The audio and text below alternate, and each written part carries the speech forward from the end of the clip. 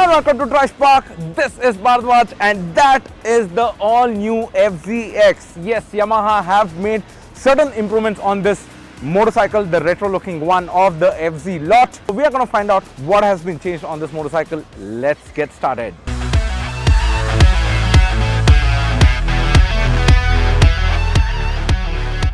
So talking about the all-new FZ-X, what you see here is the paint scheme. That's the new paint scheme. Now with this introduction of this paint scheme, the gloss finish or the metallic finish paint that was available on the previous version of the FZ-X is now discontinued.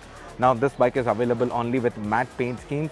With this color you also get a golden wheel just like the ones found on the FZ lineup, and other new additions are these LED indicators, and there is a new bash plate, a metal one, and also when you come to the instrument cluster right here, you get to see a TCS switch right there.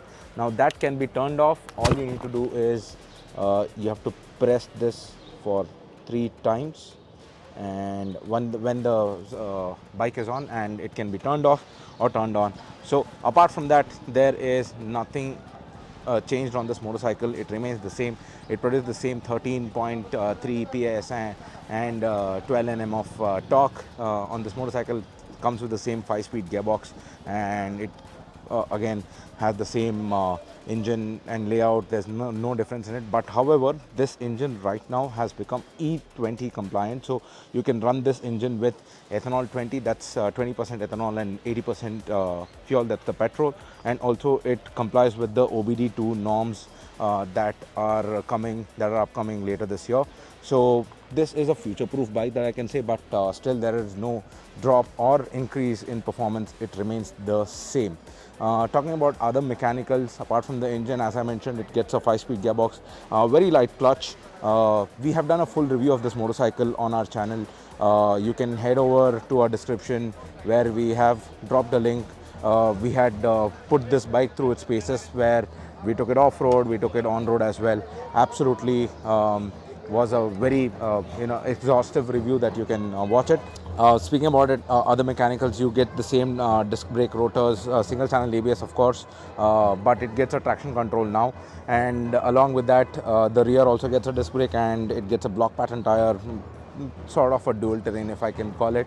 And suspension, it continues to get the same telescopic suspension right here, and also it continues to get the same monoshock preload adjustable suspension right there.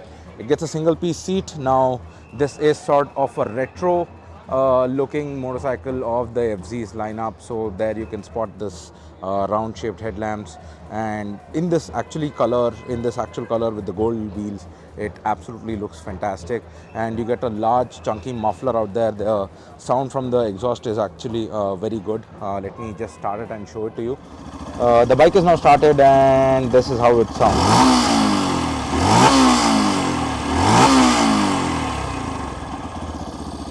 So we are in a public place, I don't want to rev it much. It has a very throaty and bassy sound to it. Certainly here, feels good and throaty when you're riding. And coming to the rear section, you get the same horizontal tail lamps right there, LED tail lamps of course, and a very basic looking grab rails, but you get the LED indicator right there. And more or less the bike remains the same, even the fuel tank capacity remains the same. But coming to the TCS, what you see right here, again TCS, let me press this. Yup, you can switch off the TCS if you need it, and that is how. So that is how you switch off the TCS, and that is how you switch it on as well. So if you turn off the bike and turn it on, it will automatically be on again. That's the TCS right there. Switchgear hasn't not been changed. Switchgear remains the same. Engine kill switch and starter right here, and you get the lighting and the indicator, and also for the horn right there. And you get a 12-volt socket right here. If you want to charge some of your accessories on the go, you can do it. And this is not part of the accessory. This I have mounted it to shoot the bike. We are riding in Jaipur. We are at Amer Fort currently, and we are also going to Sumed Palace. In terms of riding this bike, nothing has been changed. It remains the same. Not much has been changed over here. Even the traction control, it sort of does the job what it is supposed to do. It cuts out the power in case there is a wheel spin detected. So more or less remains the same FZ-X. So that's the new FZ-X for you. Those are all the changes. This was a very short ride and a very quick review. Hope you got all the details from the motorcycle. That's the new motorcycle right there. Yamaha has also revamped other motorcycles on their lineup. You can certainly expect those videos to come out on our channel soon as well.